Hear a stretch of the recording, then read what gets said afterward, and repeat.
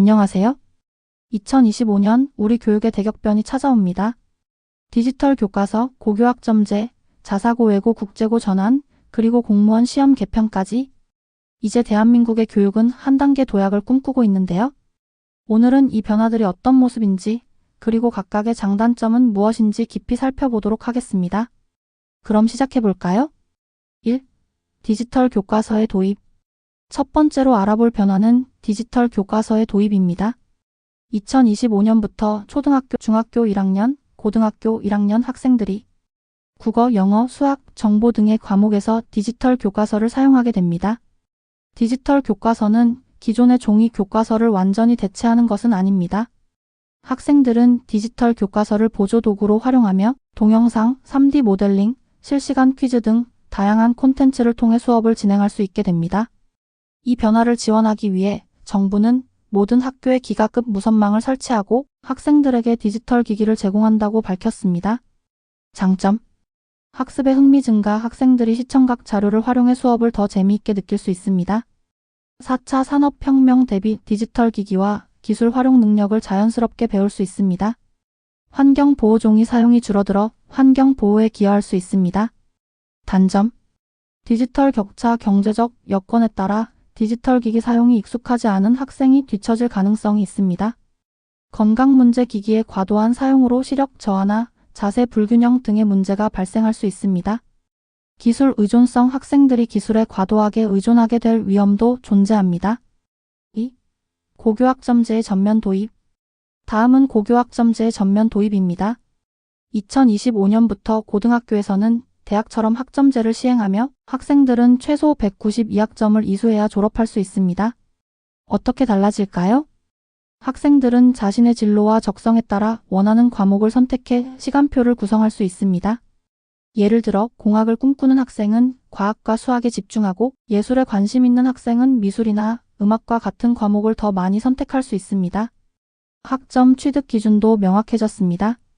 수업의 3분의 2 이상 출석하고 학업 성취율 40% 이상을 충족해야 학점을 받을 수 있습니다. 장점. 맞춤형 학습 가능, 학생 개개인의 흥미와 진로에 맞춘 학습 설계가 가능합니다. 자기주도 학습 능력 향상, 학생들이 주도적으로 시간표를 계획하며 책임감을 기를 수 있습니다. 다양성 존중, 획일적인 학습이 아니라 학생들의 다양한 목표를 존중할 수 있습니다. 단점. 학생 부담 증가, 과목 선택과 학습 계획을 스스로 세워야 하므로 스트레스가 커질 수 있습니다. 학교 간 격차, 일부 학교는 특정 과목의 교사나 시설이 부족할 수 있어 과목 선택에 제약이 생길 수 있습니다. 관리에 어려움, 교사와 학교는 학생들의 시간표와 학점 관리를 체계적으로 해야 하는 추가 업무가 생깁니다. 3. 자사고 외고 국제고의 일반고 전환. 세 번째 변화는 자사고 외고 국제고의 일반고 전환입니다. 2025년부터 초등학교 4학년 학생이 고등학교에 입학할 때 이 제도가 시행됩니다. 모든 고등학교는 일반고로 전환되지만 특성화된 교육과정과 학교 명칭은 그대로 유지될 수 있습니다. 예를 들어 외고는 외국어 중심의 수업을 계속 운영할 수 있고 국제고는 글로벌 교육을 유지할 수 있습니다. 다만 입시에서의 특혜는 사라지며 일반고와 동일한 조건에서 학생들을 선발하게 됩니다. 장점. 공정성 강화, 고등학교 간의 서열화를 줄이고 모든 학생에게 공평한 기회를 제공합니다. 학교 경쟁 완화, 과도한 입시 경쟁을 줄여 학생들의 스트레스를 경감시킬 수 있습니다. 교육 환경 균등화, 모든 학교에서 유사한 수준의 교육을 받을 수 있습니다.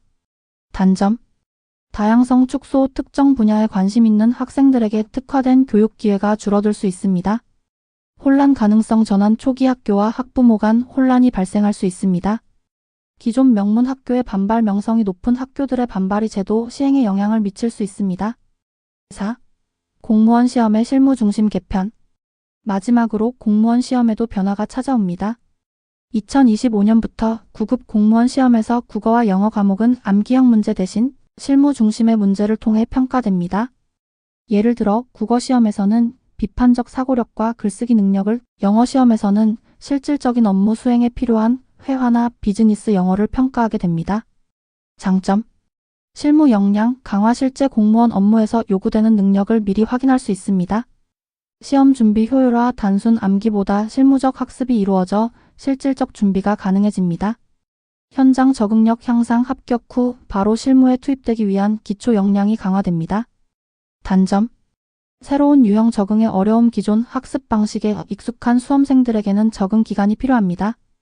출제 공정성, 논란, 실무 중심 평가 기준이 명확하지 않을 경우 공정성 문제가 제기될 수 있습니다. 수험 비용 증가, 실무와 관련된 추가 자료나 강의를 필요로 할 수 있어 수험 비용이 늘어날 가능성이 있습니다. 이렇게 2025년부터 바뀌는 대한민국 교육제도와 그에 따른 장단점에 대해 알아보았습니다.